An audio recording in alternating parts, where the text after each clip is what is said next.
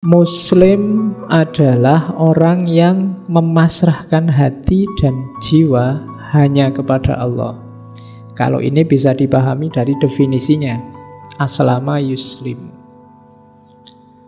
Tapi ada tambahannya. Yang kedua, membuat nyaman Muslim yang lain dari gangguannya. Jadi kalau kalian ngaku Muslim yang sejati, maka cirinya adalah batinmu, hidupmu, kamu pasrahkan sepenuhnya kepada Allah, dan keberadaanmu adalah rahmat bagi sekelilingmu.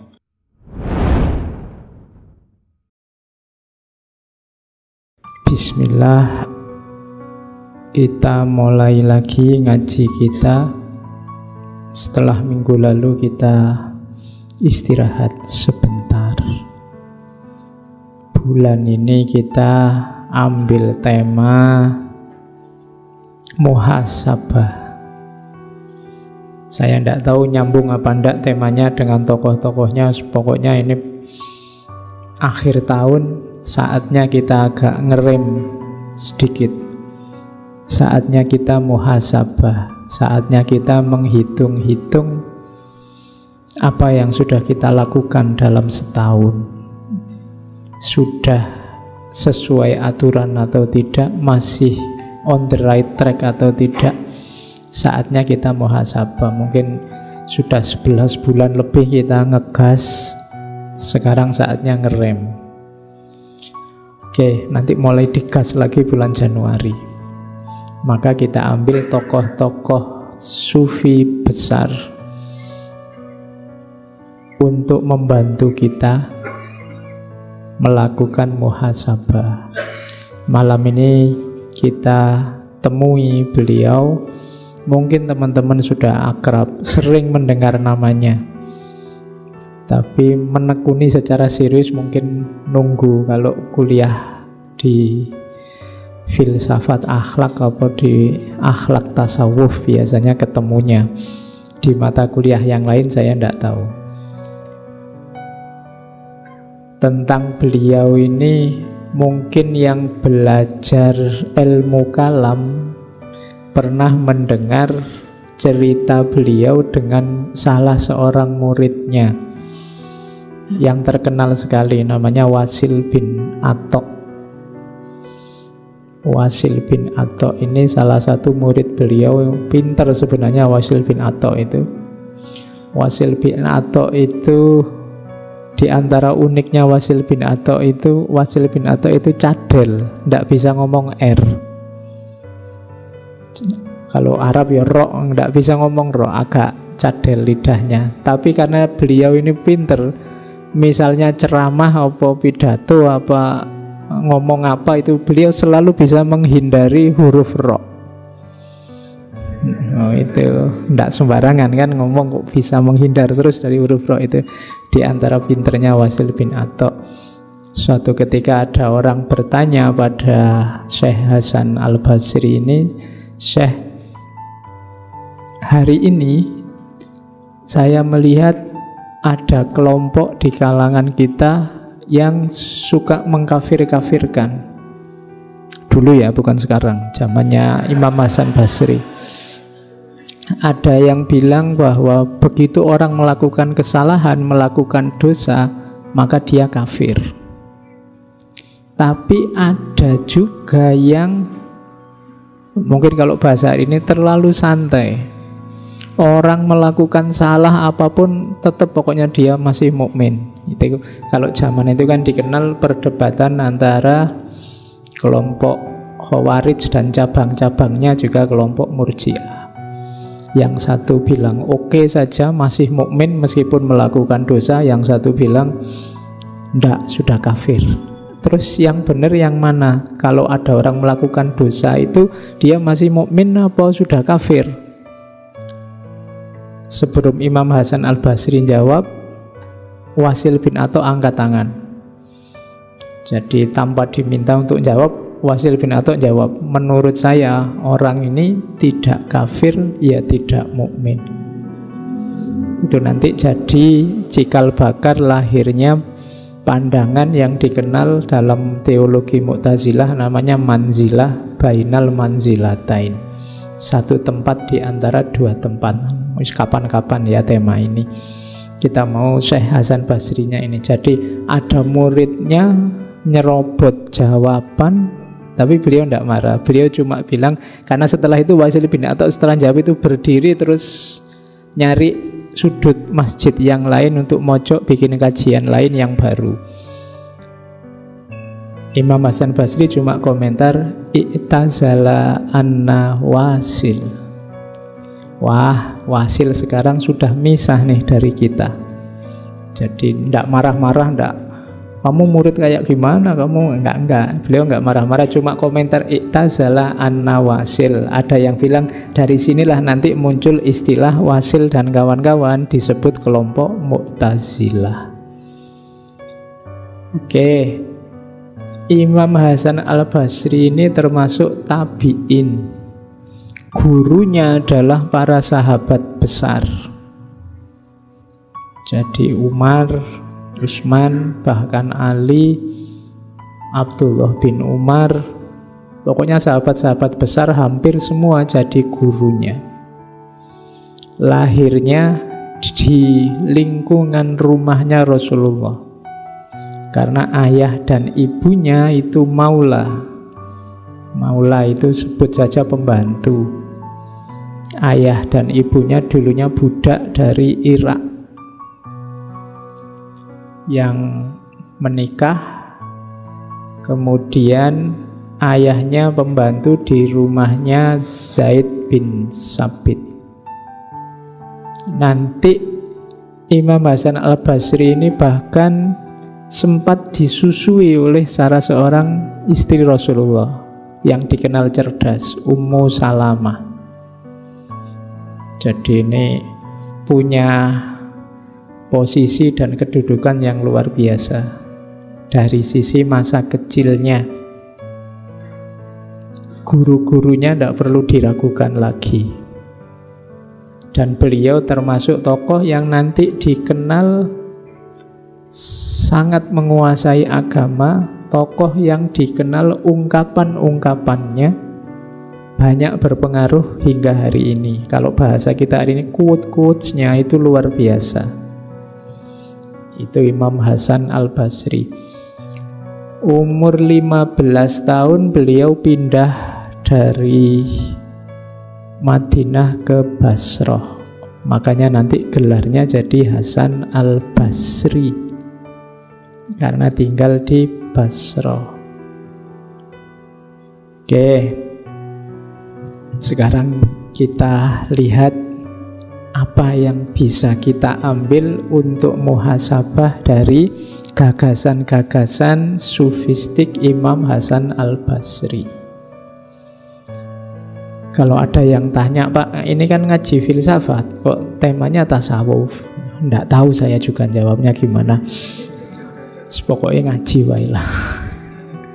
Kalau di jurusan akidah filsafat Islam ini ya biasanya ada di mata kuliah akhlak tasawuf. Di UIN mata kuliah akhlak tasawuf itu hampir ada di semua prodi. Oke, jadi yang kuliah di UIN mungkin pernah juga ketemu dengan beliau, Imam Hasan al-Basri.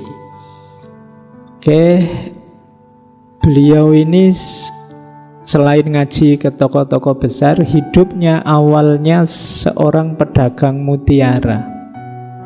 Makanya beliau dikenal Hasan, di antara julukannya Hasan si pedagang mutiara. Ada beberapa versi tentang konversi pertobatan seorang Hasan Basri dari ulama yang luar biasa kemudian menjadi sufi. Kalau teman-teman membaca kitabnya Fariduddin Attor yang terkenal sekali, itu diterjemahkan judulnya Warisan Para Aulia, atau judul aslinya Tadhkiratul Aulia. Jadi Hasan Basri ini satu ketika datang ke seorang kliennya jual beli mutiara, kebetulan seorang perdana menteri di daerah Bizantium. Bizantium itu satu kota di Yunani kuno yang nanti zaman Romawi namanya ganti Konstantinopel, zaman Turki Utsmani ganti jadi Istanbul. Nah, Perdana Menteri ini satu ketika ngajak Imam Hasan al-Basri ini jalan-jalan ke satu tempat. Jadi di kerajaan itu, di satu tempat ada satu tenda. Di tenda itu pas Hasan al-Basri ke sana, tiba-tiba datang ratusan pasukan. Kemudian merubungi tenda itu, ngomong-ngomong apa sedikit terus pergi. Kemudian setelah ada pasukan datang ulama-ulama, orang pinter, filosof, cendekiawan, ratusan juga, muter-muter di tenda itu, ngomong-ngomong sebentar terus pergi. Setelah itu datang juga perempuan-perempuan cantik, muter-muter juga di tenda itu terus pergi juga. Terakhir datang orang-orang tua, muter di situ terus pergi. Paling akhir datang rajanya, muter juga di situ terus pergi. Ini Hasan al-Basri heran, itu ngapain sih orang-orang itu? Kok muter-muter semua di tenda, ngeruneng nggak jelas terus pergi? Cerita sufi itu kan gitu, menarik kalau diceritakan. Diceritain sama Perdana Menterinya, di tenda itu di dalamnya adalah makamnya putra mahkota.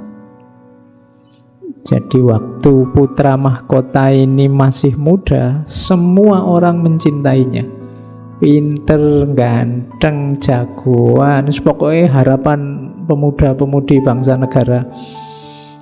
Dia semua mengharapkan dia nanti mengganti raja. Tapi terus masih di usia muda tiba-tiba sakit. Semua dokter kerajaan tidak bisa ngatasi dan akhirnya meninggal. Dan dimakamkan di situ yang ada tendanya.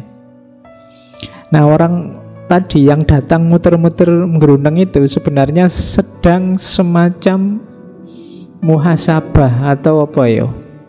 Jadi misalnya yang pasukan tadi muter-muter di situ, yang diucapkan apa? Wahai pangeran, kalau yang melawanmu, kalau yang membuatmu sakit, membuatmu mati adalah pasukan yang bisa kami lawan, kami siap mengorbankan nyawa untuk membelamu.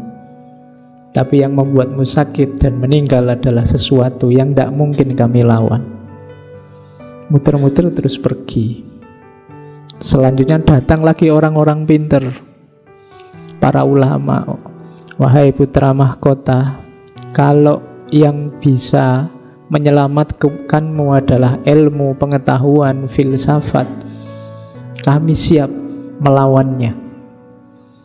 Terserahlah, butuh santri ngaji filsafat berapa tak kerahkan. Tapi yang datang mengambil nyawamu adalah sesuatu yang tidak terlawan bahkan oleh kepandaian kami. Terus datang yang muda-muda, cantik-cantik juga begitu. Kalau bisa kami tukar nyawamu, keberadaanmu dengan kecantikan kami, dengan keindahan kami semua siap. Terakhir yang orang-orang tua tadi juga begitu. Kalau boleh ditukar, kita yang sudah tua saja yang berangkat duluan. Terserah mau ditukar berapa dari kami semua, umur-umur kami. Tapi yang membuatmu meninggal adalah sesuatu yang tidak terlawan. Dan yang terakhir, rajanya datang. Wahai anakku, apapun yang ada di negara ini dalam kuasaku, kalau memang mungkin bisa aku tukar dengan kehidupanmu kembali, aku tukar. Tapi ternyata tidak bisa, tidak laku. Bahkan kerajaan dan seisinya dan raja-rajanya sekaligus. Jadi tiap hari ada adegan ini. Dan ini menyentuh seorang Hasan Basri.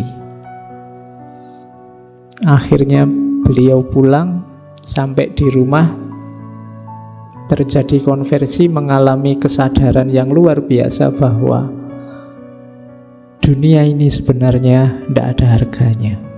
Bahkan satu negara dibandingkan satu nyawa saja tidak bisa dilawan. Oke, nanti dari situ nanti Hasan al-Basri punya konsep tentang dunia yang khas, yang agak negatif, yang agak menjauh dari dunia. Sampai nanti beliau dikenal sebagai tokoh sufi besar awal. Yang tokoh-tokoh awal itu kadang disebut zuhad, ahli zuhud, atau nusak, ahli ibadah. Oke, karomah-karomahnya juga banyak. Silahkan dibaca di buku-buku. Kalau karomah-karomah itu kan ya, yang di Fariduddin Attar itu ada beberapa. Yang masih saya ingat itu satu ketika ada muridnya, namanya Abu Amr.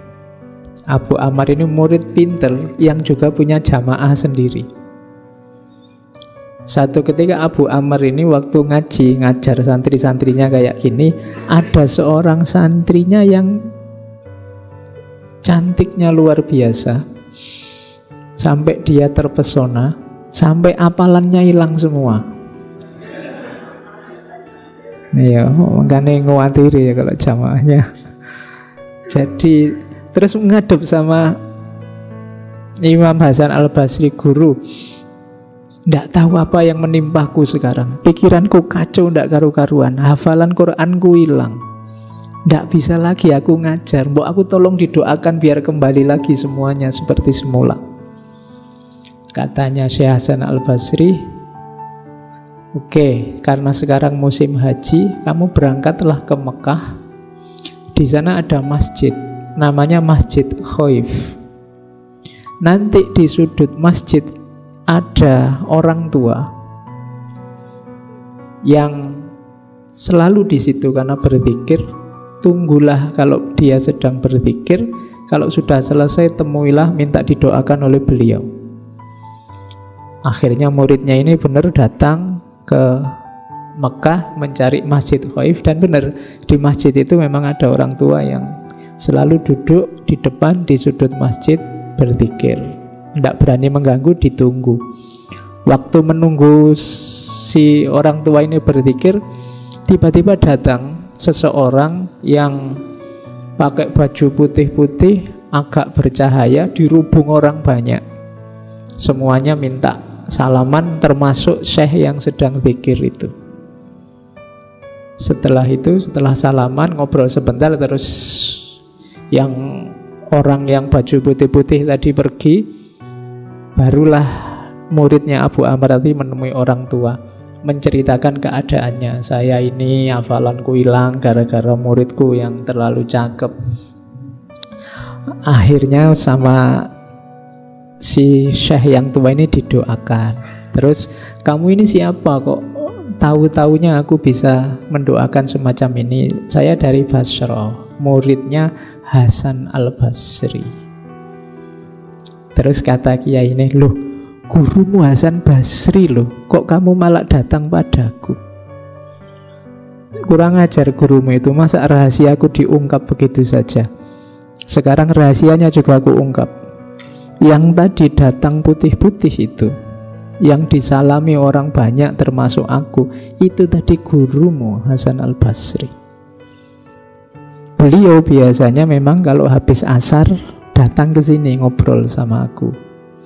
Terus kalau maghrib balik lagi ke Basrah. Basrah Mekah sekitar 1.500-an kilo lah. Ya, kamu yang punya guru kayak Hasan Basri itu sebenarnya tidak butuh aku.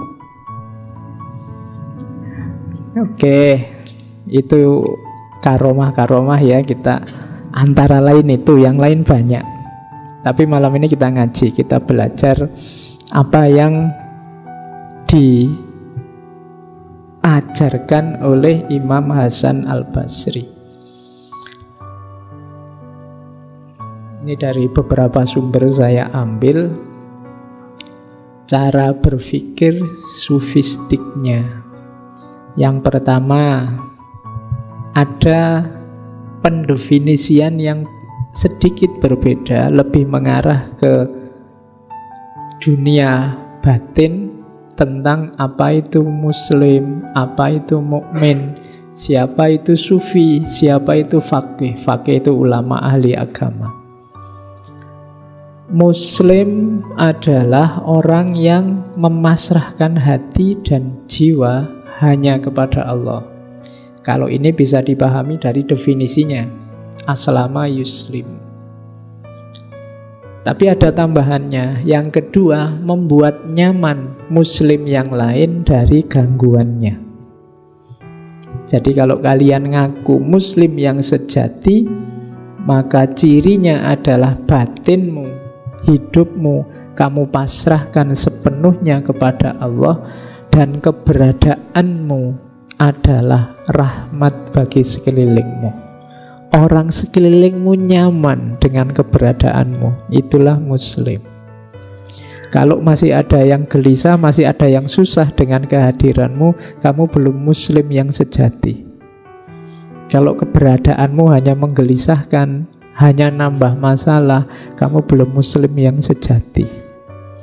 Itu definisi dari Imam Hasan Al-Basri. Kalau mukmin apa? Kalau mukmin adalah orang yang sadar, orang yang tahu bahwa apa yang dikatakan oleh Allah itulah yang harus dia lakukan. Ciri pertama. Terus dia takut pada Allah. Kemudian yang kedua, kalau dia menafkahkan hartanya atau beramal, seolah-olah dia tidak tahu. Dia tidak merasa kehilangan apa-apa. Tidak ada satupun barang dunia yang dia eman. Itu mukmin. Jadi bedanya muslim sama mukmin, kalau muslim itu kepasrahan jiwa dan kerahmatan kehadiranmu dalam lingkunganmu. Kalau mukmin itu perilaku seorang yang percaya terhadap firman Allah, kemudian orang yang hanya takut pada Allah, dan orang yang tidak perhitungan saat melakukan kebaikan. Itu mukmin. Nah, itu definisinya memang definisi sufistik. Kalau sufi apa? Sufi adalah orang yang hatinya isinya hanya Allah, selalu bertakwa pada Allah. Kalau bicara selalu benar, menepati janji, suka silaturahim, menyayangi yang lemah, tidak memuji diri, dan mengerjakan yang baik-baik. Saya bilang ini tadi bahannya muhasabah. Kalian kan ngaku muslim, sudah muslim beneran apa enggak? Kalian ngaku mukmin, sudah mukmin beneran apa enggak? Kalau sufi saya enggak tahu kalian ngaku sufi apa enggak. Ya. Kalau fakih, ini bagi yang ngaku ulama, ngaku kiai, ngaku ahli agama, definisinya mungkin agak berbeda. Kalau menurut Imam Hasan Al-Basri, fakih adalah orang yang zahid terhadap dunia.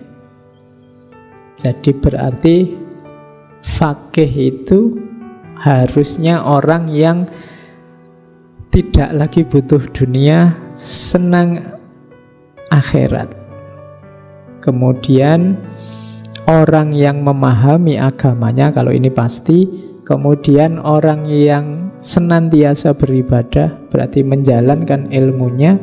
Kemudian orang yang warok. Warok itu orang yang mampu mengendalikan diri untuk tidak melakukan hal-hal yang tercela.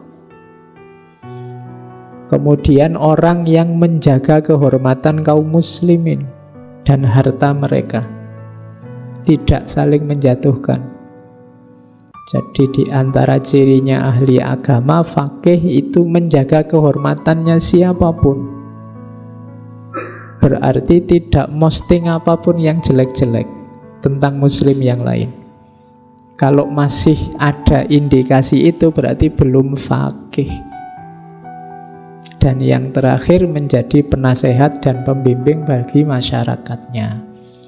Nah, ini untuk kalian yang mungkin makomnya sudah faqih, ayo dicek sudah punya karakter ini apa belum. Kalau belum ya belajar. Oke ya, jadi bahan pertama untuk muhasabah ini. Nanti silahkan di rumah dicek kita sudah muslim mukmin yang benar, sufi yang benar, atau faqih yang benar, atau belum. Kalau belum ya tahun depan diperbaiki. Oke, terus kita mulai gagasan-gagasannya ya. Tadi di depan saya bilang Imam Hasan Al-Basri itu punya pandangan yang agak pesimis tentang dunia. Sebenarnya hampir semua sufi juga begitu. Katanya Imam Hasan Al-Basri, dunia ini seperti ular, terasa mulus kalau disentuh tangan, tetapi racunnya dapat mematikan. Maka hati-hatilah dengan dunia. Ular itu kan halus. Kalau tidak percaya kamu lus-lus kalau berani. Kenapa kamu takut sama ular? Karena racunnya dapat mematikan. Harusnya kamu kalau takut dekat atau menyentuh ular, seperti itulah sikapmu pada dunia, biar tidak sembrono. Yang kedua, dunia ini adalah janda tua yang telah bungkuk dan beberapa kali ditinggal mati suaminya. Maksudnya apa? Banyak loh sebelumnya orang yang jatuh cinta sama dunia, dan orang itu sekarang mati sudah. Maka dunia ini posisinya janda. Jadi orang yang jatuh cinta sama dunia itu sebenarnya kalian sedang jatuh cinta sama janda. Kenapa? Sebelum kamu sudah banyak yang sudah jatuh cinta sama dunia. Dan orangnya sudah banyak juga yang meninggal. Berarti kan kamu dapat bekasnya mereka.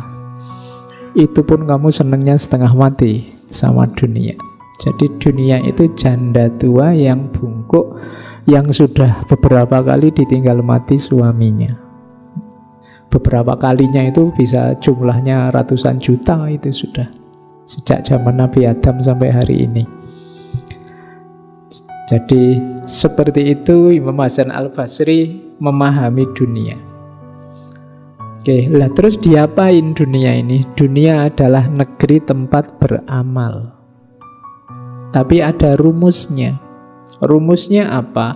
Barang siapa bertemu dengan dunia dengan rasa benci dan zuhud, ia akan berbahagia dan memperoleh faedah darinya. Jadi jangan jatuh cinta sama dunia, zuhudlah.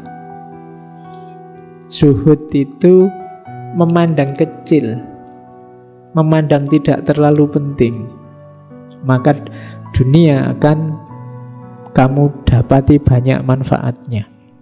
Nanti di quotes yang lain katanya Imam Hasan Al-Basri, dunia itu alat. Maka jadikan dia alat untuk tujuanmu, jangan dibalik. Kamu yang jadi alatnya dunia.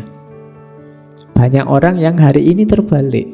Dia jadi alatnya dunia, bukan dunia yang jadi alatnya untuk mendekat pada Allah. Namun barang siapa bertemu dunia dengan perasaan rindu dan hatinya tertambat pada dunia, ia akan sengsara dan akan berhadapan dengan penderitaan yang tidak dapat ditanggungnya. Apapun yang menurutmu bagus, indah di dunia ini, sikapilah dengan zuhud. Anggaplah dia kecil, tidak terlalu penting. Karena kalau kamu jatuh cinta beneran, rindu beneran, tertambat beneran sama dunia, bersiaplah untuk menanggung segala penderitaan dan resikonya. Apapun itu. Harta itu terlalu sedikit membuatmu gelisah, terlalu banyak membuatmu bingung. Apalagi pasangan, istri, suami, terlalu jelek kamu stres, terlalu cantik kamu ya stres. Kalau terlalu tertambat susah. Jabatan juga begitu. pangkat juga begitu, kedudukan juga begitu. Begitu kamu terlalu terikat ke sana, siap-siaplah menanggung resikonya. Jadi ini pandangannya Imam Hasan Al-Basri tentang dunia. Masih ada lagi. Tidaklah gambaran kehidupan dunia ini seluruhnya dari awal sampai akhir kecuali seperti orang yang tidur. Dia melihat dalam tidurnya apa yang dia senangi, kemudian dia tersadar bangun. Ini mirip dulu Imam Ghazali yang mengibaratkan jangan-jangan hidup kita ini kayak mimpi.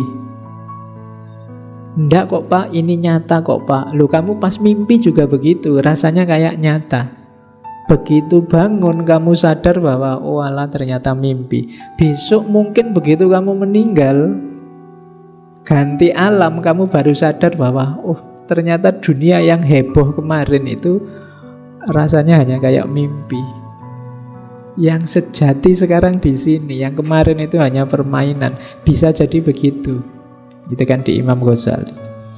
Nah, Imam Hasan Al-Basri jauh sebelumnya sudah mengisyaratkan dunia ini kayak orang tidur. Begitu kamu bangun nanti kamu tahu yang sejati. Sekarang sih seolah-olah ini sejati. Sesuatu yang fana, betapapun banyaknya, tidak akan menyamai sesuatu yang baqo, betapapun sedikitnya. Waspadalah terhadap negeri yang cepat datang dan pergi, serta penuh tipuan. Ini diantara quotes-nya untuk menunjukkan betapa dunia ini jangan terlalu diberati oleh hatimu. Dunia itu hanya 3 hari saja, kemarin, besok, dan hari ini. Hari kemarin sudah pergi, sudah lewat. Hari besok mungkin kita tidak menjumpai. Wong ya, tidak jelas kita besok masih ada apa tidak. Satu-satunya yang jelas cuma hari ini, jam ini, bahkan detik ini. Ini yang jadi milik kita, maka manfaatkanlah sebaik-baiknya. Jadi maksudnya Imam Hasan Al-Basri, detik yang tadi sudah lewat. Detik yang akan datang kita tidak tahu situasi kita seperti apa. Yang dalam kuasa kita hanya detik ini sebenarnya. Maka jangan sia-siakan waktu, manfaatkan setiap detik hidupmu untuk hal-hal yang berguna. Kalau tidak, detik yang akan datang kamu menyesal. Tadi ngapain aku kok tidur? Tadi ngapain aku kok main HP saja? Tadi ngapain? Karena kamu kelewatan sudah. Kalau sudah tadi ngapain, sudah masa lalu, tidak bisa diubah. Jadi masa depan masih belum jelas, masa lalu sudah tidak bisa diubah, kita hanya menguasai masa kini. Maka nikmatilah hidupmu sekarang, lakukan hal yang tidak membuatmu menyesal di detik yang akan datang. Nah, itu nasihatnya Imam Hasan Al-Basri. Ini nanti silahkan dibaca. Yang terkenal sekali adalah surat beliau pada salah seorang khalifah yang sangat terkenal, Umar bin Abdul Aziz. Jadi ini zaman itu masih surat, masih belum bisa ngirim WA. Katanya Imam Hasan Al-Basri kepada Umar bin Abdul Aziz, ini salah satu khalifah kesayangannya para ulama. Amma ba'du, wahai Amirul Mukminin, sesungguhnya dunia ini adalah tempat pengembaraan, bukan tempat tinggal untuk selamanya. Nabi Adam diturunkan ke dunia dari surga sebagai bentuk hukuman dari kesalahan yang pernah dilakukannya. Jadi kalau dilihat dari kisahnya Nabi Adam, hidup kita di dunia ini hukuman. Maka berhati-hatilah dengan dunia. Sesungguhnya orang yang sadar bahwa dirinya akan meninggalkan dunia akan selalu mempersiapkan bekalnya untuk akhirat. Dan orang yang selalu terikat dengan dunia tidak akan sempat beramal untuk bekalnya di akhirat. Setiap saat selalu ada yang menjadi korban tipu daya dunia. Barang siapa yang tersanjung oleh dunia akan terhina. Barang siapa yang cinta dunia akan kekurangan bekal untuk akhirat. Dunia ibarat racun, siapa yang memakannya akan binasa. Wahai Amirul Mukminin, jadilah seperti orang yang sedang mengobati lukanya. Selalu sabar menahan perih sesaat demi menghindari penderitaan yang panjang. Memang tidak enak disuruh menafikan dunia itu, karena hidup kita terbiasa dengan segala kenikmatan dunia. Tapi ayo, katanya Imam Hasan Al-Basri, kita bermental seperti orang yang sedang luka, menahan perih sesaat demi menghindari penderitaan panjang. Ia selalu rajin mengobati lukanya agar tidak mengalami rasa sakit berkepanjangan. Kalau kamu tidak bisa perih sesaat, nanti lukamu akan semakin panjang, sakitmu akan semakin lama. Berhati-hatilah dengan dunia yang penuh tipu daya dan khayalan. Dunia terlihat indah, tapi terhias dengan tipuan dan fitnah. Demi Allah, wahai Amirul Mukminin, dunia hanyalah mimpi, sedang akhirat adalah nyata. Di antara keduanya adalah kematian. Banyak para hamba yang terlena dengan mimpinya. Jika engkau selamat dari tipu daya dunia, maka engkau pun juga akan selamat dari huru-hara besar kekuasaan. Jadi para pemimpin, kuncimu cuma satu: jangan tertipu oleh dunia. Namun jika engkau tertipu, aku tidak menjamin engkau akan selamat. Nah, ini nasihat untuk para pemimpin. Dan memang menurut Imam Hasan Al-Basri, cinta dunia itu dosa besar. Kenapa? Demi Allah, aku tidak takjub terhadap sesuatu seperti takjubku kepada orang yang tidak menganggap cinta dunia sebagai dosa besar. Demi Allah, sesungguhnya cinta kepada dunia adalah termasuk dosa besar. Bukankah semua cabang dosa besar itu disebabkan oleh cinta dunia?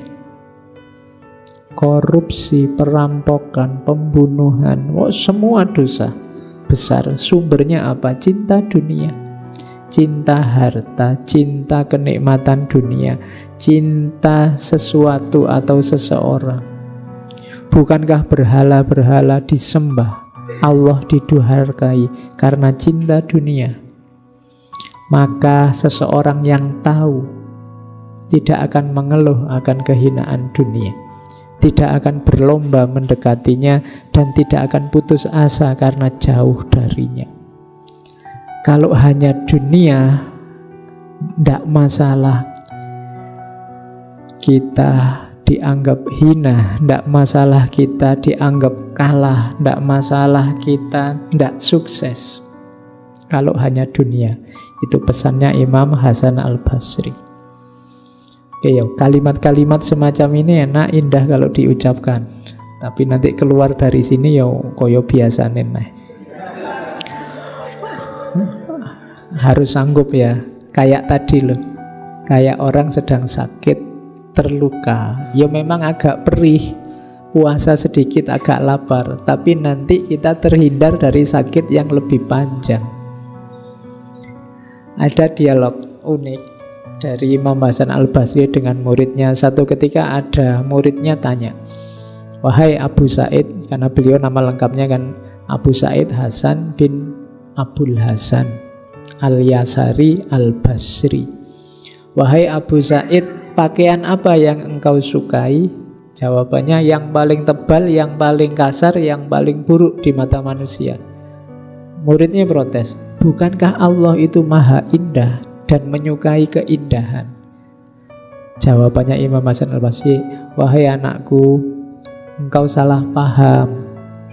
Keindahan di situ bukan itu maksudnya. Andai kata keindahan di sisi Allah itu karena pakaian, tentulah orang-orang lacur itu lebih mulia dari orang baik. Pejabat-pejabat koruptor yang kaya raya itu mobilnya indah, bajunya indah, istrinya indah, indah semua. Apa mereka paling dicintai Allah gara-gara itu? Kan tidak. Keindahan dalam kalimat itu maksudnya apa? Sesungguhnya keindahan yang dimaksud adalah mendekatkan diri kepada Allah, melakukan ketaatan, menjauhi maksiat, berakhlak mulia. Itulah keindahan. Itulah yang disukai oleh Allah. Jadi kalau engkau sedang berjuang menjauhi maksiat, yang engkau lakukan itu indah. Kalau engkau sedang menjalankan ketaatan pada Allah, yang engkau lakukan itu indah. Kalau engkau sedang mewujudkan akhlak mulia, yang engkau lakukan itu indah. Bukan bajumu, bukan model rambutmu, bukan selfie-mu itu. Keindahan itu ada pada akhlakmu. Itu kita kemarin kan memahami kalimat ini, Allah itu maha indah dan menyukai keindahan. Katanya Imam Hasan Al-Basri, keindahan di situ bukan keindahan lahiriah, tapi keindahan batiniah. Oke, terus. Nah, ada 3 ajaran sufistik yang dipelopori oleh Imam Hasan Al-Basri. Yang pertama zuhud, yang kedua khauf, yang ketiga roja. Khauf dan rojak dulu pernah kita bahas khusus. Yang rojak pada philosophy of hope, filsafat harapan. Yang khauf pada filsafat ketakutan, philosophy of fear. Zuhud itu apa? Tadi saya bilang definisinya kecil, memandang kecil. Zahada, memperlakukan dunia ini hanya sebagai jembatan. Karena dunia ini jembatan, jangan sibuk membangun apa-apa di dunia. Ambil saja secukupnya asal kalian bisa lewat dengan aman, nyaman, selamat, membawa bekal untuk kepentingan tujuanmu di seberang jembatan. Selama ini salah cara hidup kita, katanya Imam Hasan Al-Basri, kita terlalu banyak membangun banyak hal di atas jembatan. Jembatan itu kan hanya untuk dilewati, tidak untuk ditinggali. Kita hanya sementara. Orang Jawa punya istilah, dunia ini hanya mampir ngombe, mampir sebentar untuk minum, terus jalan lagi. Jangan lama-lama, berhenti, nanti kamu tidak nyampe. Jalan terus, ilaihi roji'un. Nah, zuhud itu nanti dalam teorinya ada 3. Ada zuhud yang sifatnya fardu, ada zuhud yang sifatnya fadl, utama, ada zuhud yang sifatnya salamah. Zuhud yang fardu itu adalah meninggalkan hal-hal yang haram. Harusnya kita semua ini seorang zahid. Kalau tidak, ada yang salah, khususnya di zuhud yang fardu ini. Jadi tidak boleh ada yang tidak zuhud. Semua orang harus zuhud di level zuhud yang fardu, yang fard. Ada zuhud yang fadl. Fadl ini meninggalkan bahkan hal-hal yang halal demi alasan kehati-hatian. Iya sih, halal ndak apa-apa, cuma aku khawatir kalau di situ terus nanti ketagihan di situ terus ndak bisa berubah, malah rusak. Mending ndak deh. Itu zuhud yang fadl. Iya sih, punya mobil gonta-ganti itu ndak masalah, punya mobil banyak juga ndak masalah. Tapi aku khawatir kalau aku gonta-ganti mobil, punya mobil banyak, nggak bisa menahan hasrat tamakku, malah nanti blunder. Itu udahlah, ndak usah gonta-ganti mobil, beli satu aja yang paling mahal, paling bagus. Itu zuhud yang fadl. Oke. Kalau dari wajahku sih nyari yang cantik itu mesti bisa lah. Tapi khawatirku, itu zuhud yang fadl. Jangan terlalu cantik lah, nanti jadi pikiran terus, nanti nggak konsentrasi ibadah. Misalnya, ada dalam hidup ini banyak hal yang boleh kok, ndak kok yang itu ndak haram boleh. Tapi terus kamu batasi sendiri, ndak apa, saya itu orangnya mudah tergoda ya Pak, ndak usahlah, saya milih yang lain saja, yang sekiranya saya ndak tergoda. Itu namanya zuhud fadl. Ada yang zuhud salama. Zuhud salama ini untuk yang syubhat. Kalau tadi kan jelas halal tapi kita batasi. Kalau yang awal jelas haram, kita tidak boleh bantah. Kalau yang itu kita harus zuhud. Ada yang ketiga yang salama. Yang salama ini yang sifatnya syubhat. Bisa ya, bisa enggak sih. Disebut halal juga tidak ada dalilnya, disebut haram juga tidak ada dalil tegasnya. Tapi untuk lebih hati-hatinya, saya ndak dulu deh. Ini namanya zuhud salama. Ndak jelas halal haramnya, saya minggir dulu. Nah, ini zuhud salama. Jadi meninggalkan dunia, menjauh dari dunia itu ada yang fardu, ada yang utama, ada yang demi keselamatan. Fard, fadl, dan salama. Oke, itu kalau zuhud. Kalau khauf, saya tidak perlu menjelaskan detail. Khauf itu, kalau katanya Imam Hasan Al-Basri, antara lain takut melanggar hukumnya Allah, takut membuat Allah murka. Dan itu katanya Imam Hasan Al-Basri, takut yang membuat hatimu tentram. Pak, saya takut kalau saya berdosa, Pak. Ketakutanmu berdosa kan membuatmu tidak bergerak menuju wilayah dosa. Ini menenteramkan. Perasaan takut yang menyebabkan hatimu tentram lebih baik daripada rasa tentram yang menimbulkan perasaan takut. Kamu melakukan dosa kadang-kadang kan enak, tentram. Ujian nyontek, alhamdulillah aku bisa jawab semua akhirnya. Tapi pada akhirnya kamu takut. Wah, jangan-jangannya banyak. Begitu ragu-ragu, ketakutanmu banyak. Awalnya tentram, tapi ujungnya takut. Mending awalnya takut, tapi ujungnya tentram. Itu khauf namanya. Imam Hasan Al-Basri ini dikenal, memang wajahnya kelihatan kayak orang yang sedih terus. Jadi orang yang muram. Karena dia selalu berpikir, apakah Allah ridho padaku? Kemarin waktu kita membahas tentang Robiah Al-Adawiyah, kan ada beberapa cerita yang berhubungan dengan Imam Hasan Al-Basri ini. Katanya Imam Hasan Al-Basri, orang beriman akan senantiasa berduka cita pada pagi dan sore hari karena berada di antara dua perasaan takut. Yang pertama, takut mengenang dosa yang telah lampau. Dan yang kedua, takut memikirkan ajal yang masih tinggal serta bahaya yang mengancam. Jadi takut tentang masa lalu dan masa depan. Masa lalu, dosaku yang dulu. Kemudian masa depan, umurku tinggal berapa. Ini kan tidak jelas. Saya sering bilang, kalian yang masih muda tidak usah kepedean bahwa umurmu lebih panjang daripada yang sudah tua. Jatah itu sudah tidak bisa dibantah lagi, rahasianya Allah. Bisa 1 detik, 2 detik setelah ini, bisa ratusan tahun yang akan datang, hanya Allah yang tahu. Kalau kamu menunda-nunda bertobat, menunda-nunda beramal baik, apa jaminannya bahwa usiamu masih panjang?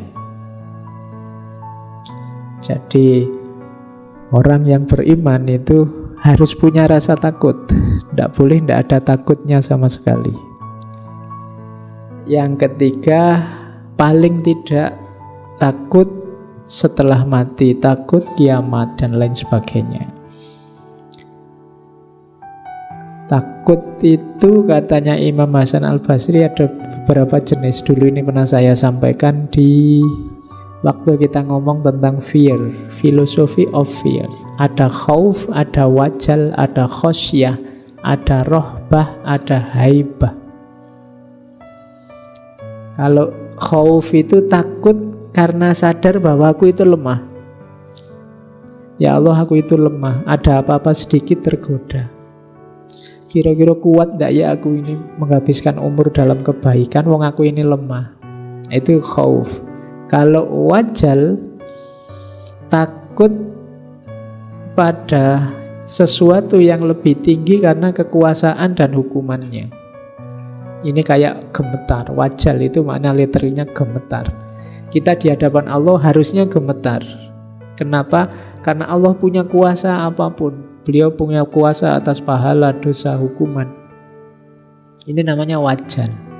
Kayak kalian habis melanggar apa, terus dulu waktu SMA dipanggil guru BP, terus kamu gemeteran sebelum masuk ruangan, itu wajal. Atau kalian waktu salah apa sama dosennya, apa malesu tanda tangannya, apa terus dipanggil, itu wajal. Karena kamu tahu beliau punya kuasa atas dirimu untuk memberikan hukuman. Ada lagi khosyah. Khosyah ini takut yang sangat besar.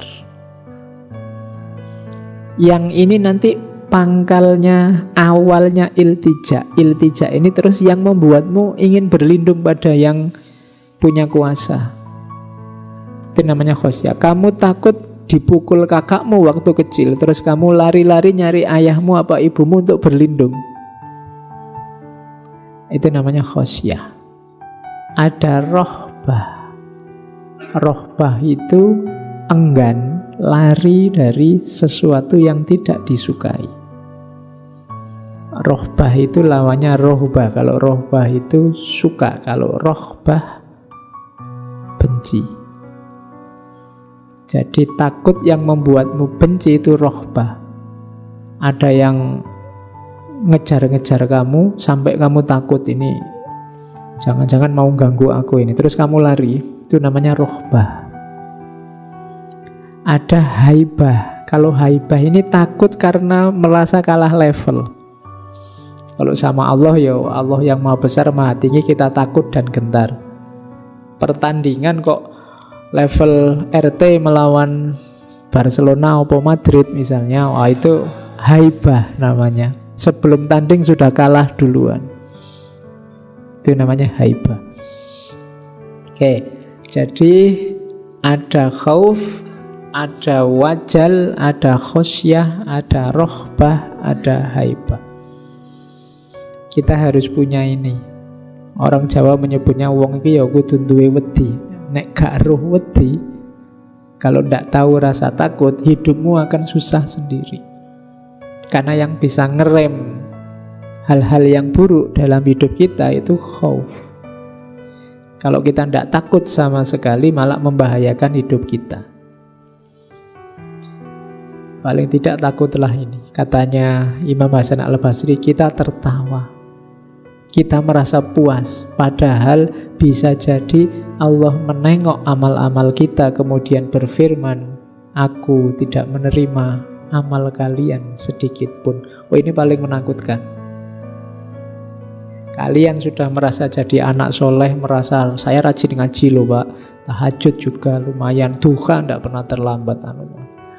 Kalian kan puas, merasa oh, aku soleh beneran, surga ini, mesti aku swarga. Mesti kan kamu gitu terusan. Oh, temanku apalagi, temanku itu sholatnya aja masih bolong-bolong, itu kan surga. Kita tertawa. Padahal bisa jadi Allah menengok amal kita, kemudian berfirman, semua amalmu tidak ada yang aku terima. Oh, itu mengerikan itu sudah. Paling tidak takutlah ini. Karena Allah yang kuasa atas ini. Banyak amal-amal besar dari orang-orang besar yang mengakibatkan kecelakaan hidupnya hanya karena kesalahan-kesalahan kecil. Jadi seandainya kalian tidak takut apapun, harusnya kalian takut kalau ini terjadi. Allah tidak meridhoimu, tidak menerima amalmu. Meskipun kamu merasa sudah plus, sudah surplus, pahalamu banyak. Saya itu pak mesti jamaah di masjid pak, tinggal dihitung. Sekali jamaah 27 kali 5 kali 30. Oh, banyak loh Pak itu. Kalau ada kotaan masjid itu paling tidak saya 5.000 atau 10.000. Anggap saja 10.000. Itu pahalanya dilipat gandakan 700.000 kali. 700.000 kalau 10.000, oh banyak. Jadi kalau dosa kecil-kecil sudah nggak ngefek, sudah timbangannya sudah banyak. Misalnya kalian kalkulasi begitu, padahal nanti Allah ndak ada yang tak terima satupun amalmu. Oh, itu alamat sudah. Takutlah ini paling tidak wes, seaman apapun hidupmu. Karena ini murni hak prerogatifnya Allah. Jadi ada takutnya, tapi juga ya jangan jadi orang yang putus asa. Tetap harus ada rojaknya. Ada harapan. Percaya pada kemurahannya Allah. Iya, Allah itu memang syadidul iqab, tapi Dia juga Ghafurur Rahim. Kalau terlalu berat di syadidul iqab, jangan-jangan nanti kita putus asa. Kalau putus asa haram. Kalau terlalu berat di Ghafurur Rahim, jangan-jangan nanti kita sembrono menyepelekan. Jadi harus imbang, khauf dan roja. Yang kedua, roja itu husnudzon pada Allah, berpandangan baik pada Allah. Itu husnudzon. Jangan-jangan Allah tidak menerima amalku ya. Nah, ini untuk pancatan biar kamu tidak sembrono. Tapi juga jangan putus asa. Insya Allah, Allah itu sangat sayang pada ciptaannya, jauh melebihi sayangmu padanya. Nah, itu roja namanya. Yang ketiga, dekatnya hati terhadap kelemah lembutan Allah. Yang keempat, senangnya hati terhadap tempat kembali yang baik, akhirat. Jadi hatinya tertambat tidak pada dunia tapi pada akhirat. Itu alamat orang roja. Akhirat kan yang akan datang, bukan sekarang. Roja itu kan tentang hal yang akan datang. Kemudian memandang Allah itu penuh rahmat, penuh sayang. Nanti ada teorinya, rojak itu ada rojak yang terpuji, ada rojak yang tercela. Hati-hati ya. Yang tercela dulu. Rojak yang tercela itu bagaimana? Orang yang kayak tadi terlalu berharap akan kemurahannya Allah tapi tidak melakukan apa-apa. Dosanya oke tapi terus tenang aja, Allah Maha Pengampun. Dosa kayak gini tidak ada apa-apanya. Maafnya Allah itu, ampunannya Allah itu wasiat kulli syai'. Jadi santai aja, jangan stres. Nah, tapi nggak ngapa-ngapain, tetap dosanya dilanjutkan seperti sebelumnya. Ini tercela, tidak boleh. Kalau memang kita merasa lemah, banyak dosa, yang dikedepankan jangan rojaknya, tapi khaufnya. Jadi perjuangannya lewat jalur khauf, meskipun nanti diimbangi rojak. Kalau khauf sudah bisa mendinginkan kesalahanmu, baru kamu rojak. Tapi kalau kamu mengampuni sendiri kesalahanmu, itu kan namanya kamu ampuni sendiri kesalahanmu. Tenang saja, Allah Maha Rahmat, tenang saja, Allah cinta pada kita, itu kan kamu ampuni sendiri. Besok diulang lagi. Nah, itu rojak yang tercela. Atau mengharapkan sesuatu yang besar tanpa kebaikan. Tanpa kebaikan itu misalnya, saya ingin jadi orang soleh loh Pak. Lihat no, belajarlah jadi orang soleh. Anda apa kalau Allah menakdirkan nanti kan saya bisa sendiri. Nah, itu namanya rojak yang salah. Karena kalau ingin jadi orang soleh berusaha, belajar, cari ilmu. Nanti Allah yang menganugerahkan hasilnya. Kalau rojak yang terpuji ya sudah seperti tadi. Jadi melakukan rojak plus amal baik, atau bertobat kemudian berusaha mengganti amal jeleknya dengan kebaikan, baru boleh rojak. Jadi ini memang formula yang harus hati-hati. Makanya Kalau digambar itu khauf dan roja itu harus simultan, dan dia akan optimal kalau zuhud jadi dasarnya.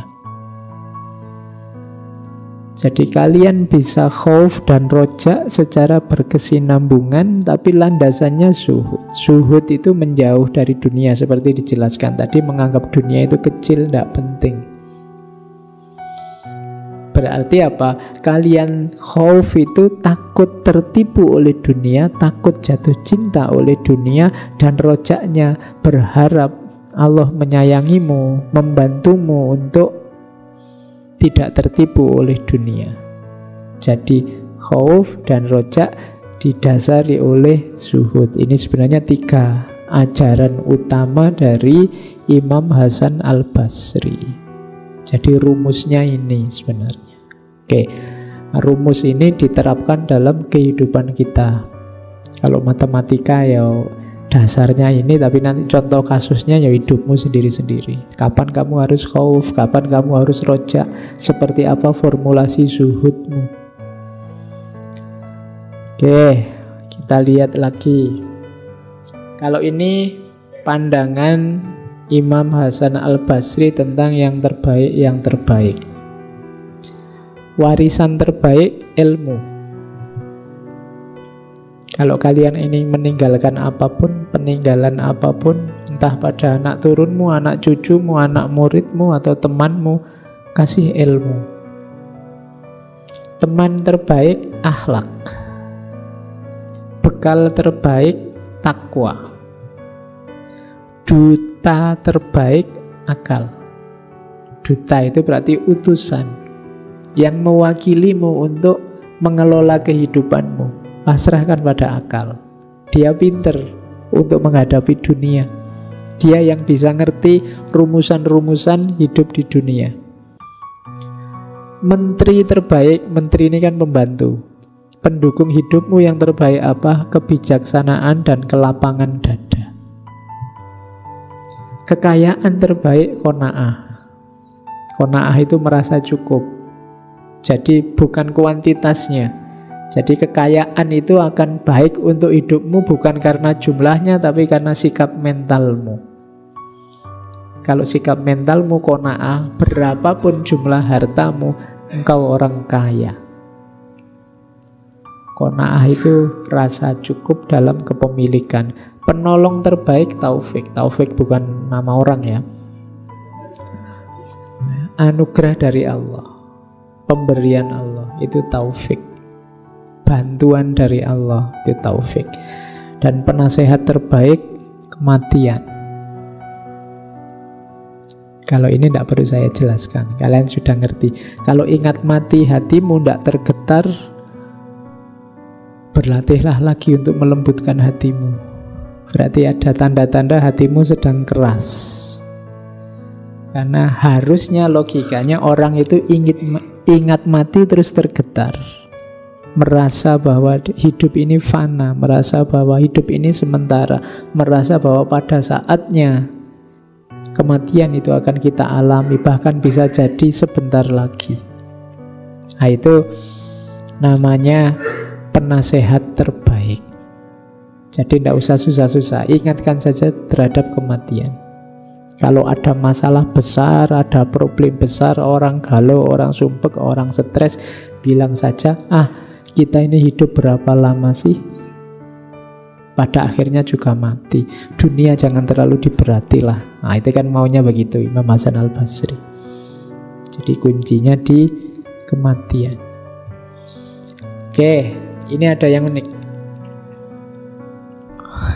Kalian kan selama ini tidak suka sama makhluk ini. Imam Hasan Al-Basri belajar dari sifatnya anjing yang positif. Oh, kamu tidak pernah belajar, kamu benci terus, kamu maki-maki terus. Bahkan dia jadi simbolnya makian kan. Jawa ya pakai itu, sekarang pakai eng-nya, sekarang jadi R. Ya. Loh, padahal kita bisa belajar banyak. Oke, ada 10 sifatnya anjing yang menurut Imam Hasan Al-Basri bisa loh kita mengambil hikmah dari keberadaan seekor anjing. Yang pertama apa? Anjing itu tidur malamnya sedikit, karena biasanya anjing kan menjaga rumah tuannya. Orang yang sanggup sedikit tidur malam itu simbolnya apa? Jiwanya kuat, tangguh dia. Kalau kita kan ya sedikit-sedikit tidur. Kalau dia tidurnya sedikit. Loh, makanya. Terus coba dilihat, sabar menemani tuannya, tidak mengeluh oleh panas atau dingin. Oh, itu anjing.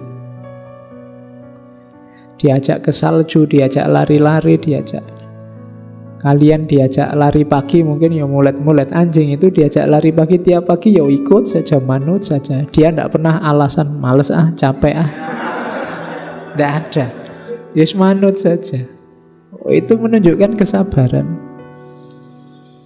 Disuruh apa saja mau kadang-kadang. Terus tidak mengkhianati amanah. Dia setia dengan tugasnya.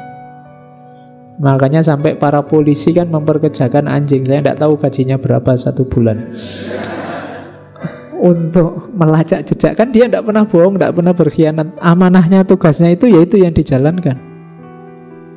Dan setia. Jadi itu pelajaran yang ketiga dari seekor anjing. Jadi pengabdian sejati, tidak marah, tidak iri hati. Sifat seorang mukmin. Jadi anjing itu mau kamu punya 2, punya 3 itu ya tidak pernah iri. Pokoknya manut lah, tuannya mau ngajak apa saja manut. Dia ditinggal di rumah ya tidak apa-apa, diajak ya senang. Terus tidak rakus. Ya makhluk yang bisa rakus itu kan cuma manusia. Kalau hewan itu ya kalau lapar ya makan, kenyang ya sudah. Tidak pernah kok mengumpul-ngumpul makanan buat yang akan datang, mikir pensiun, itu tidak ada. Iya, hanya manusia yang mikir pensiun, mikir anakku besok makan apa, itu terus mas. Kalau hewan tidak ada, yang semuanya fakir. Fakir itu ya tidak butuh yang lain. Yang dibutuhkan hanya Allah saja kalau itu dalam dunia sufi. Terus di antara cirinya anjing, kalau ini anjing liar, pengembara. Kayak para sufi kan juga pengembara. Terus ridho, puas dengan apapun yang dimiliki. Terus mudah tidur. Ini beda dengan yang atas tadi ya. Bedanya mudah tidur maksudnya ya tidurnya tidak lama, tapi dia mudah tidur. Kalau kalian kan tidurnya susah, akhirnya apa? Sedikit-sedikit tidur tadi. Nanti habis ngaji gini tidak bisa tidur sampai jam 12, jam 1 kan gitu. Akhirnya tidurmu subuhnya kesiangan, nanti di kantor, di kampus ya ngantuk lagi. Alasannya tadi malam ngaji pak, terus nanti jam ya kamu kan gitu. Manajemen waktunya tidak bagus. Justru mudah tidur itu bagus, asal tidak sedikit-sedikit tidur. Nah, mudah tidur dan tidur sang sedikit itu dua hal yang berbeda. Oke, terus fokus pada majikannya. Terus yang terakhir katanya Imam Hasan Al-Basri, mencari terang. Kalau dalam gelap ini mungkin perlu dicek. Saya tidak punya anjing jadi tidak bisa meneliti benar nggak dalam kegelapan. Dia tidak suka, lebih suka yang terang. Oh, bayangkan dari anjing saja kita bisa belajar banyak, apalagi dari makhluk-makhluk yang lain yang kita anggap mulia. Oke, ini sengaja saya ambil yang ini ya, biar makhluk ini tidak kasihan tiap hari kamu maki-maki. Oke, terus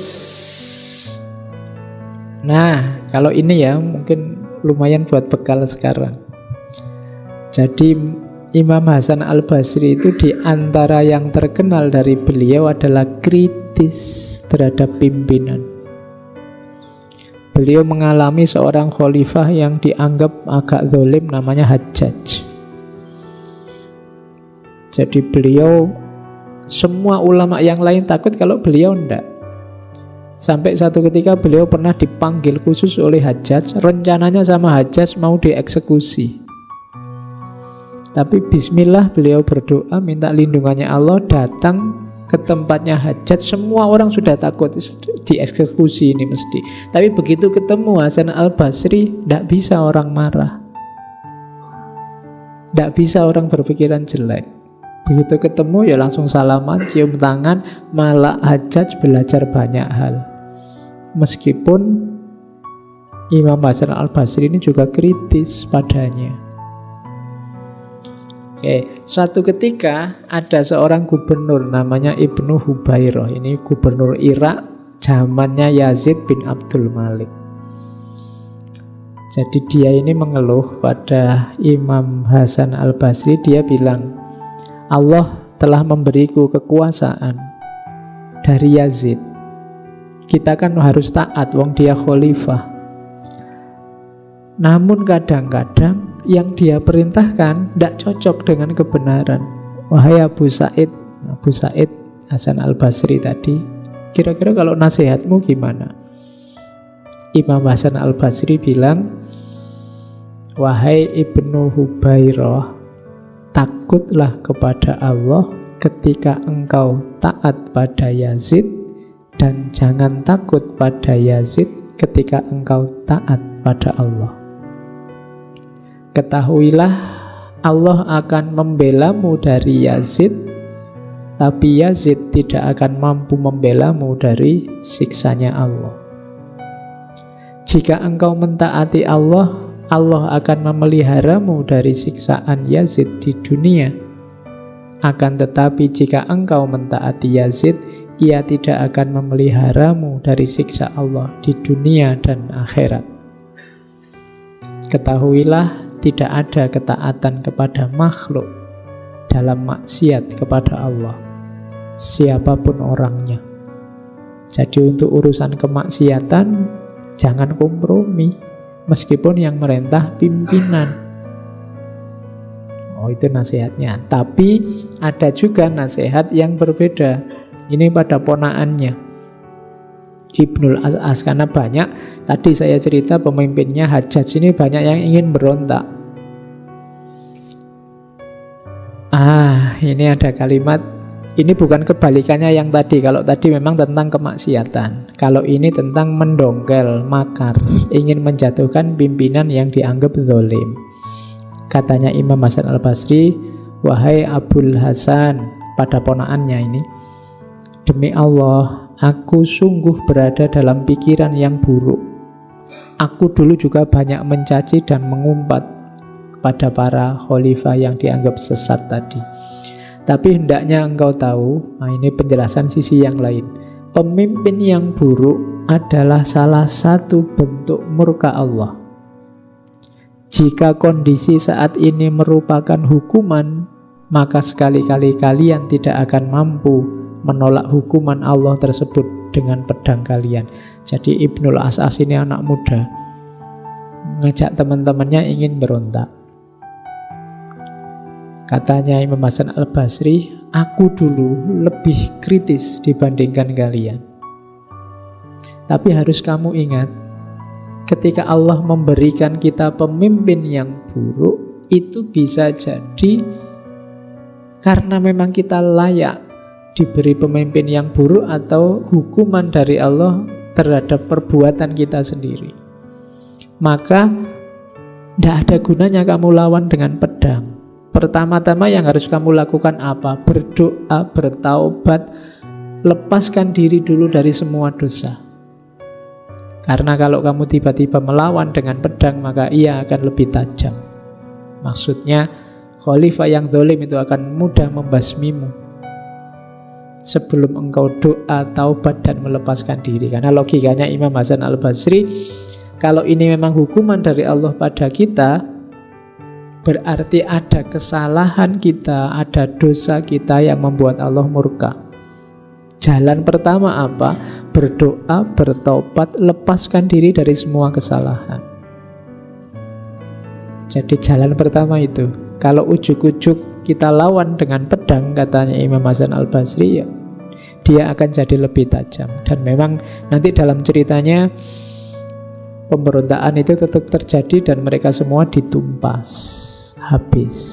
Yo, melawan kekhalifahan tidak gampang. Oke.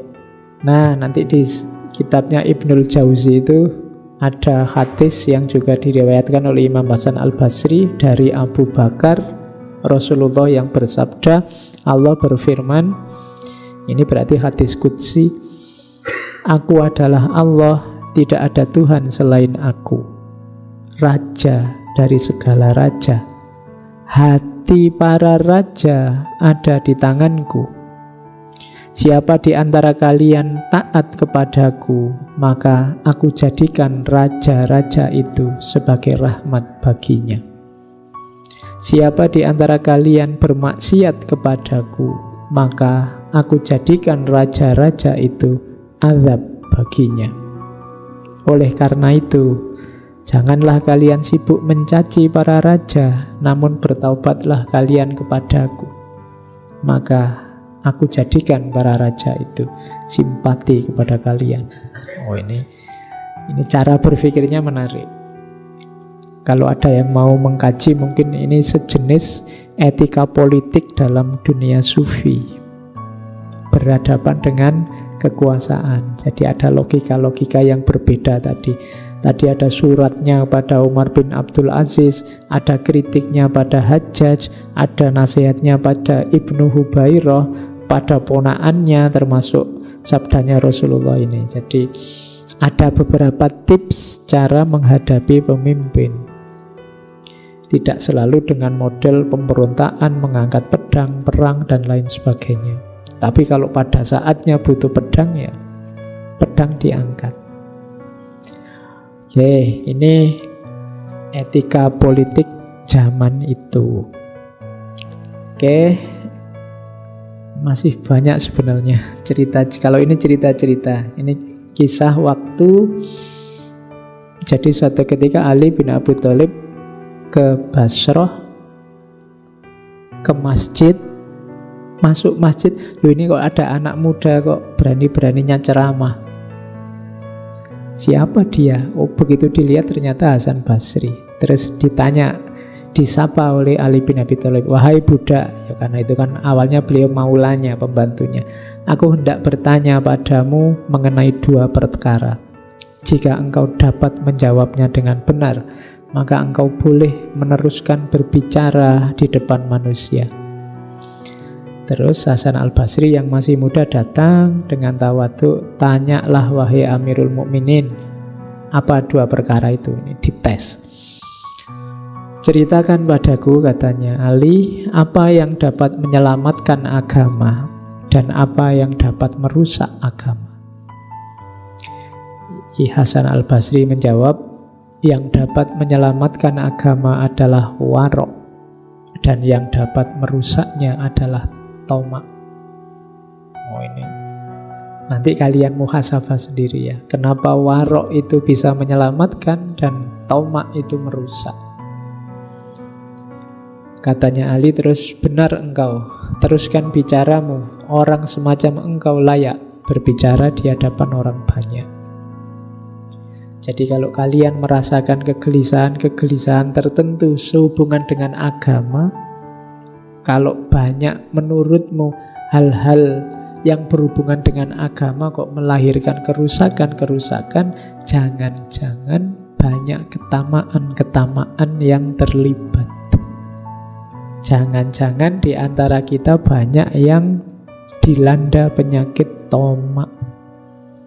Karena katanya Imam Hasan Al-Basri, yang merusak agama itu tamak. Ini juga ada banyak sekali kisah dan quote. Saya ambil misalnya ini dengan seorang tamunya. Ini nasihat bagi kita untuk tidak ngomong jelek tentang orang lain. Suatu ketika tamunya bilang, wahai imam, aku sangat mengagumi majelismu, akan tetapi mengapa kok di tempat yang lain ada seorang guru yang selalu menyebutmu secara tidak pantas dan menjelek-jelekkanmu? Hari ini kan kadang-kadang terjadi itu kan. Orang mengadukan ustadz ini, mengadukan ustadz itu, guru ini, guru itu. Nah ini dia mau wadul, apa wadul lagi bahasa Indonesia nih, mengadu pada Imam Hasan Al-Basri. Katanya Imam Hasan Al-Basri, tolong kamu hentikan pembicaraanmu itu, wahai tamuku. Orang yang engkau sebut tadi, aku kenal. Dia adalah juga sahabatku. Adapun yang akan kau sampaikan kepadaku tentang dia yang selalu menjelekkanku, maka jika engkau bohong, engkau harus dicambuk karena berdusta. Dan jika yang kau sampaikan itu benar, maka engkau tetap harus dicambuk karena engkau telah ghibah dan mengadu domba antara aku dan dia. Kira-kira sekarang kamu milih yang mana? Kalau benar ya dicambuk, kalau salah ya tetap dicambuk. Berarti apa? Sudahlah, tidak usah ngomong tentang kejelekan orang lain. Hari ini kan banyak yang semacam itu. Ada lagi ini kisah unik. Kisahnya Hasan Al-Basri dengan seorang teman sufinya yang namanya Habib Al-Ajmi. Jadi satu ketika Imam Hasan Al-Basri ini mengunjungi seorang sufi besar, Habib Ajmi. Pada waktu sholat, ya karena beliau tamu, terus tuan rumah disuruh jadi imam. Tapi begitu Habib Ajmi jadi imam, pusing ini Hasan Basri. Ini sufi ngimami tajwidnya rusak, ndak karu-karuan. Panjang pendeknya kacau, gatel telinganya, nggak kusuk sholatnya, akhirnya mufarokoh. Kalau caranya gini kacau ini, gak khusus sholatku, sholat sendiri aja deh, misah dari imamnya. Habib Ajmi ya ndak apa-apa. Tapi malamnya Imam Hasan Basri bermimpi, dapat peringatan langsung. Hasan, jika saja engkau berdiri di belakang Habib Ajmi dan menunaikan sholatmu, niscaya kamu akan memperoleh keridhoanku, dan sholatmu akan memberi manfaat yang jauh lebih besar dari seluruh sholat dalam hidupmu. Kamu mencoba mencari kesalahan dalam bacaan sholatnya, tapi kamu tidak melihat keikhlasan, kemurnian, dan kesucian hatinya. Ketahuilah, aku lebih menyukai hati yang tulus daripada tajwid yang sempurna. Ya. Jadi dunia sufi logikanya selalu semacam ini. Kita kan yang sering terjebak formalitas-formalitas. Jadi padahal kita tidak tahu keutamaan itu ada di mana. Ampunan Allah itu ada di mulutnya siapa. Keridhaan Allah itu datangnya dari perilakumu yang mana. Jadi jangan merendahkan orang, menyepelekan orang, menjelek-jelekkan orang, dan lain sebagainya. Jadi ini pelajaran dari kisahnya bersama Habib Ajmi.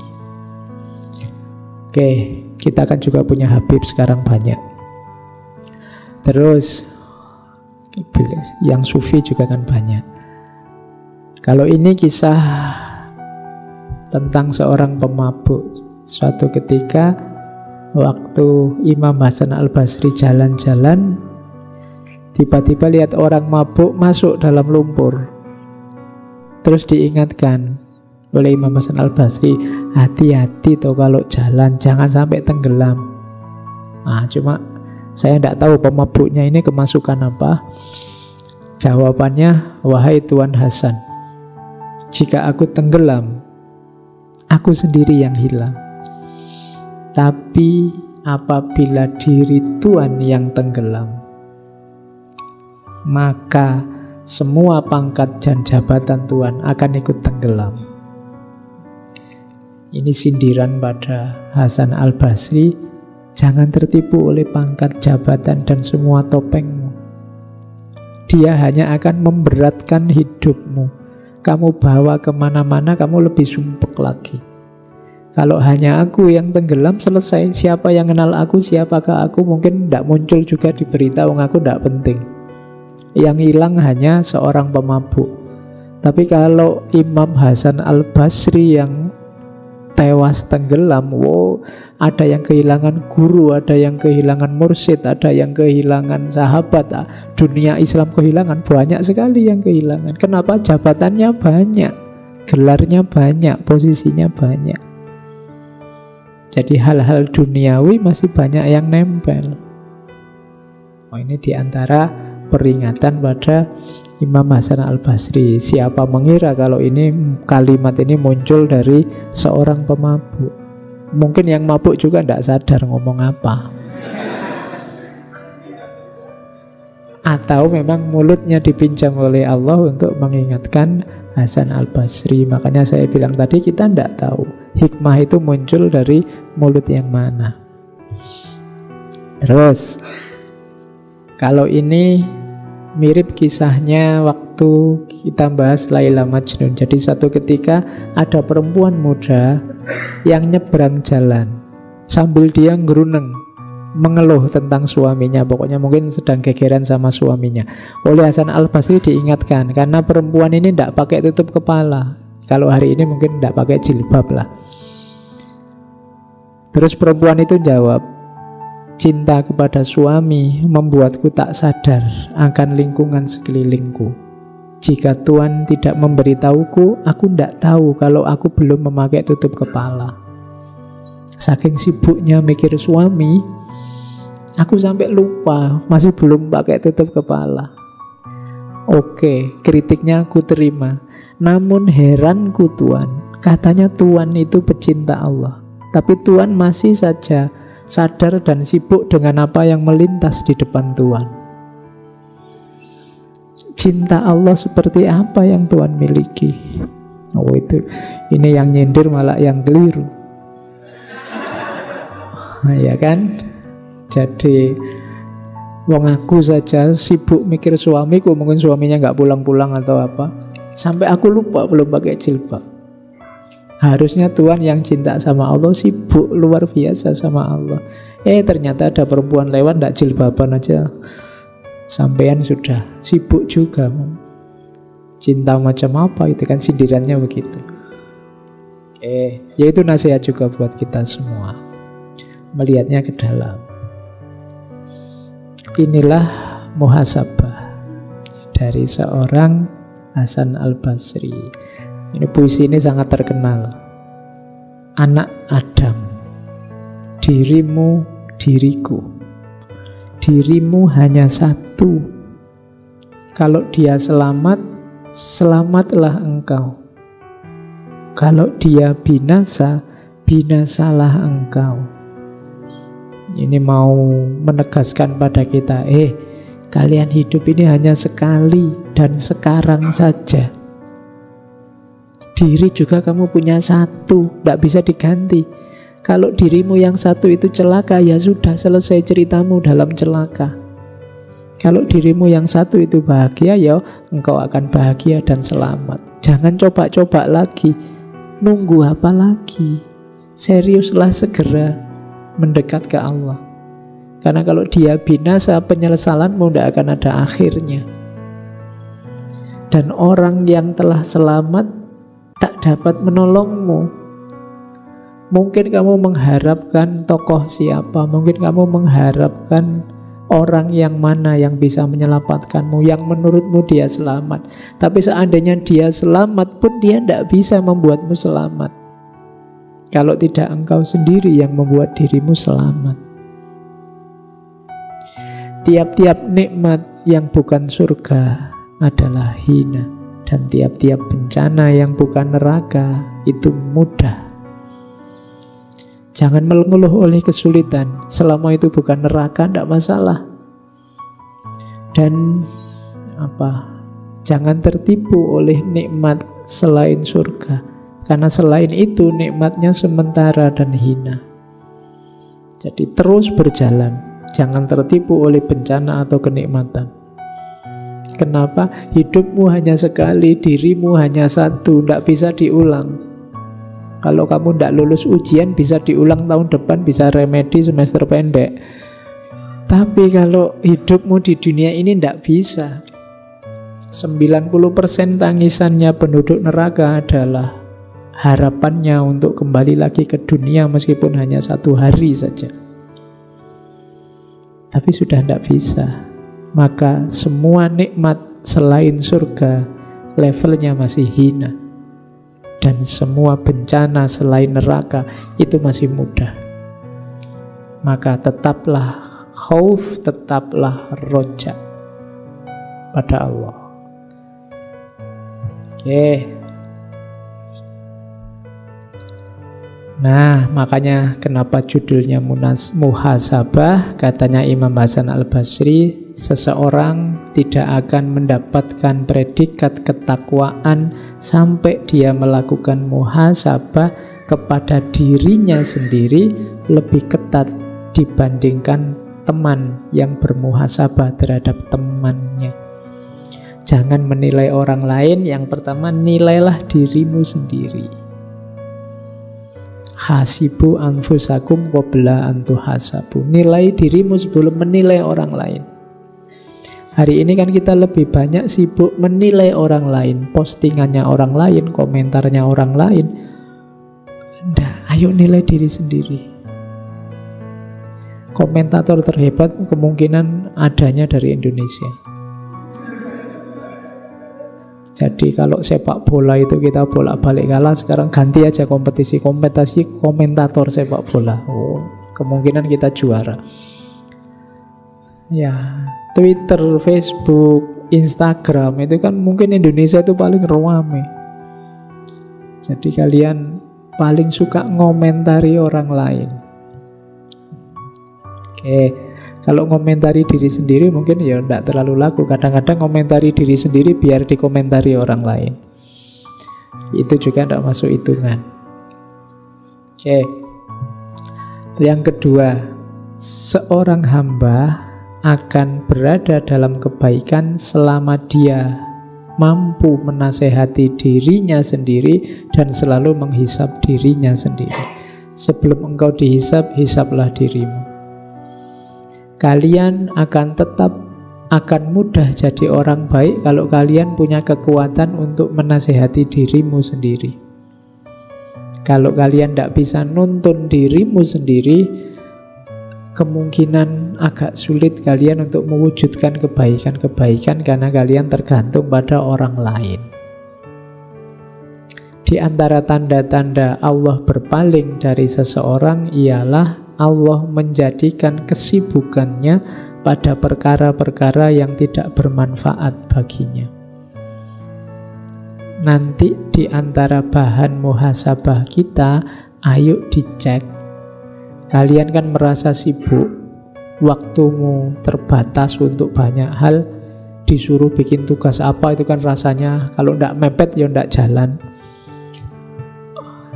Terus kamu itu sibuk apa? Coba dicek. Apakah kesibukanmu itu ada manfaatnya untuk dirimu? Kalau Imam Hasan Al-Basri berarti untuk kehidupan akhiratmu atau tidak? Kalau tidak, mungkin memang oleh Allah kamu dikondisikan begitu. Mungkin Allah sudah berpaling darimu. Kesibukanmu tidak ada maknanya sama sekali, tidak ada manfaatnya. Dibikin begitu biar kamu jauh oleh Allah. Jadi hakikatnya yang menjauh engkau sendiri. Oke. Jadi ini quote-quote dari Hasan Basri. Yang terakhir, barang siapa, kalau ini hari ini banyak, mencela dirinya sendiri di hadapan banyak orang, sesungguhnya sebenarnya dia sedang memuji dirinya. Dan hal itu adalah satu tanda dari riya. Sekarang kan banyak, kadang-kadang saya juga begitu. Alah, apa sih saya ini? Aku itu ilmuku terbatas, aku itu ini koyok-koyok merendahkan diri, tapi gak kerasa sebenarnya yang kira pamer. Ingin menunjukkan ini loh, aku sudah sadar. Kamu mengkafir-kafirkan orang, aku ini sudah kafir, mau apa kamu? Oh, itu kan koyok-koyok wis menunjukkan. Ini kayak sadar, tapi sebenarnya ada pamernya. Katanya Imam Hasan Al-Basri, loh ini bukan saya, yang semacam itu sebenarnya jenisnya riya. yang benar gimana Pak? Terus apa ngomong bahwa aku itu pinter gitu? Ya ndak, ya podo salah. Ndak usah menilai dirimu dan dipamer-pamerkanlah. Kamu muhasabah untuk dirimu, untuk meningkatkan kualitas hidupmu. Kalau ndak sangat penting, ndak usah cerita ke orang lain. Ya kalau tahajud sih saya belum bisa, ya gimana lagi. Itu kayak merendahkan diri, padahal itu untuk menunjukkan bahwa kamu itu sebenarnya sudah sadar. Jadi hati-hati dengan klaim-klaim. Katanya Hasan Al-Basri, sesungguhnya itu dia sedang memuji dirinya sendiri. Itu sejenis riak juga. Apalagi sombong, itu riak double. Di teori yang lain kan, yang sombong itu malah bukan riak tapi musyrik. Kenapa? Karena orang sombong itu orang merasa besar, merasa tinggi, merasa lebih. Ini kayak orang syirik, menyekutukan Allah. Dia tidak sadar bahwa segala daya, segala kekuatan, segala ketinggian itu sumbernya dari Allah, bukan dari dirinya. Berarti dia sedang menduakan Allah. Jadi sombong itu sering disebut syirik kecil. Jadi kalau kamu ngomong membesar-besarkan dirimu, itu sombong. Dan itu bukan riya, tapi syirik kecil, musyrik. Nah, mengecil-ngecilkan dirimu biar orang lain menganggap kamu besar, itu baru riya. Sama kayak saya kapan itu pernah mencontohkan, kadang-kadang kita mau sholat tahajud tapi banyak temen, tidak jadi nanti dianggap anak soleh, kapan-kapan aja. Itu sebenarnya juga ibadahmu masih karena manusia, tidak karena Allah. Itu bisa masuk kategori riya ini. Gara-gara ada manusia kamu mau sedekah, tidak jadi, nanti dianggap pamer, tidak usah lah. Tulis saja hamba Allah. Masih manusia yang jadi pertimbangan. Emangnya misalnya ditulis namamu, orang kenal siapa kamu? Kan enggak juga. Mungkin kamu aja yang kegeeran. Jadi biasa sajalah. Wong kamu enggak pingin pamer bahwa orang mengenali, ya enggak apa-apa. Wong kamu memang pingin tahajud, ada banyak teman, ya tahajud saja. Bahwa nanti kamu diledek, wah anak soleh nih, ya biar aja. Wong bukan karena mereka kamu sholatnya. Tapi kita sering terjebak di sini, di antara riya dan musyrik tadi. Oke, terakhir. Wahai manusia, sesungguhnya aku tengah menasehati kalian. Namun bukan berarti aku orang yang terbaik di antara kalian. Bukan pula orang yang paling soleh di antara kalian. Andai kata seorang muslim tidak memberi nasihat kepada saudaranya kecuali setelah dirinya sempurna, niscaya tidak akan ada pemberi nasihat. Jadi ini ucapannya Imam Hasan Al-Basri juga saya ucapkan juga. Kamu jangan nganggap saya yang terbaik, jangan nganggap wis soleh. Saya ngomong kayak gini bukan berarti Pak Faiz sudah melaksanakan yang di depan semua prek. Nggak juga. Kita sama-sama belajar ya, sama-sama latihan. Jadi siapa tahu dari sekian banyak berbusa-busa saya ngomong sejak awal, ada sedikit yang bisa meningkatkan kualitas hidup kita dalam rangka ilaihi roji'un. Tidak berarti yang ngomong lebih baik daripada yang diomongi. Jadi karena memang kita hidup bersama ini kan bedanya di beda fungsi main kita. Saya mainnya kebetulan hari ini di depan, jadi yang ngomong kalian yang mendengarkan. Tapi urusan siapa menasehati apa, itu sebenarnya nasihat untuk kita semua. Tidak dari saya untuk kalian, tapi untuk kita semua. Makanya kalimat terakhir dari Imam Hasan Al-Basri itu ya memang tidak ada yang sempurna. Kalau nunggu sempurna dulu baru orang ngomong, tidak ada ustadz-ustadz, tidak ada guru-guru. Karena memang tidak ada manusia yang sempurna. Mungkin saya ahli di sini, kalian ahli di yang lain. Nanti ketika temanya ganti, mungkin kalian yang harus maju, saya yang mendengarkan. Itulah hakikat kehidupan manusia. Oke, saya kira itu. Imam Hasan Al-Basri sebenarnya masih panjang, cuma saya merasa ngomong sebentar ini aja kan rasanya sudah berat sekali.